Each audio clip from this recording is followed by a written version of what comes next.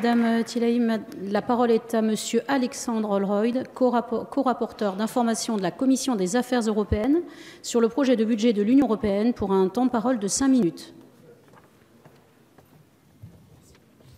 Pour monter le tableau.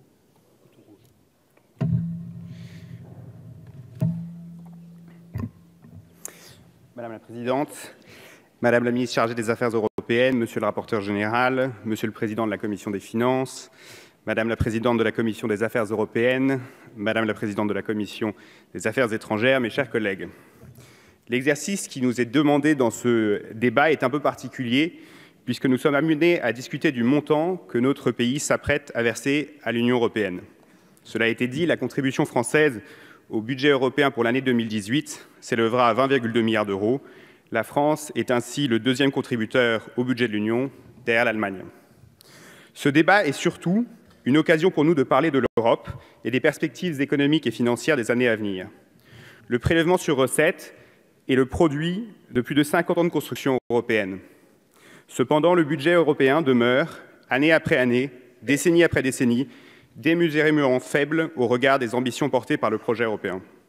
Un budget représentant à peine 1% du PNB de l'Union, c'est incontestablement croquignolesque à l'égard des attentes que nous avons envers l'Europe.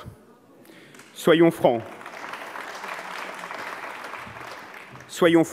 Au cours des dernières années, l'Union européenne n'a pas été à la hauteur de ses ambitions. Celle de libérer une croissance endogène, celle de protéger efficacement nos concitoyens des nouvelles menaces du millénaire. Les difficultés qu'elle rencontre aujourd'hui doivent plus que jamais constituer une injection à l'action.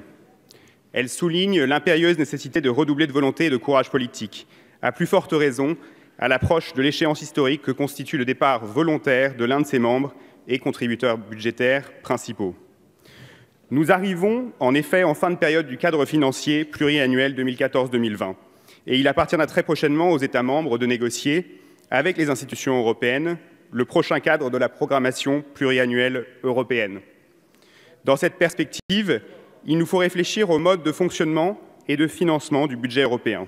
Sa trop forte dépendance aux contributions des États membres, lesquelles dépendent elles-mêmes en grande partie de la conjoncture, les règles de calcul trop complexes qui déterminent les montants des contributions nationales et l'existence de mécanismes dérogatoires de rabais sont autant de faiblesses auxquelles il nous faut remédier. Au-delà de ces questions techniques, il nous faut aussi et surtout réfléchir à l'avenir de certaines politiques européennes. La politique agricole commune, symbole de l'intégration européenne, doit se transformer. Son verdissement et sa capacité à protéger tout en garantissant la qualité de vie des agriculteurs européens constituent des priorités pour les années à venir. La politique de cohésion, qui constitue l'autre politique emblématique de l'Union, devra également évoluer et l'introduction d'une plus grande conditionnalité dans les aides européennes pourrait être envisagée afin de garantir que ces dernières servent l'objectif d'une plus grande convergence économique, sociale et fiscale entre les États membres. À cet égard, il nous faut être plus ambitieux. Pour s'affirmer comme une puissance économique innovante et un espace de liberté et de sécurité, l'Europe doit avoir les moyens de ses ambitions. Il est de notre responsabilité commune de lui donner. En matière numérique européenne, l'Union européenne doit anticiper et précipiter sa transition.